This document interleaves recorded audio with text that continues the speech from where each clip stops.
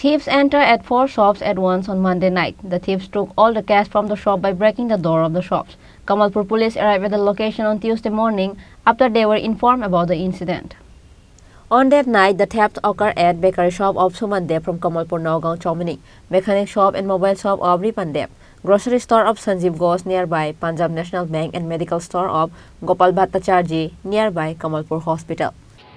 আজকে সকালে একজন ফোন করেছে আইসি দেখছি দোকানের তালা ভাঙা ঢুকছি এই দোকানের অ্যাড্রেসটা কোথায়? আপনজন ক্লাবের সামনে নতুন আগে পুরান সামন্তরের দোকানের উল্টা দিকে দোকান আমার পুরান মার্চেন্ট সেক্রেটারি চুরি যে হয়েছিল তার দোকানের উল্টা দিকে দোকান দোকান আসলাম এসে দেখি আস্তে দোকান ভাঙা ক্যাশে তো টাকা টোকা নেই।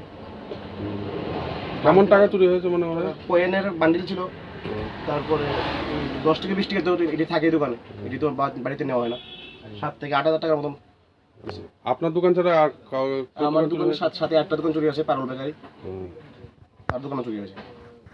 পুলিশ এসেছে? না আসেনি। আমরা তো খবর আছে আমাদের থানা যে নোয়াগড় চৌমনি হসপিটাল কিছু দোকানে নাকি চুরি হয়েছে। খবরতে ইনফরমেশনতে আমরা আসি, দেখলাম তো বিভিন্ন দোকানে কিছু চুরি হয়েছে, কিন্তু এমন কিছু নেয়নি ওরা। ক্যাশ টাকা খুঁজে সব দোকানে তারা আনা দিয়েছে। কয়টা দোকান চুরি হলো? তো 1, 2, 3, 4টা। কি দোকান চুরি হলো?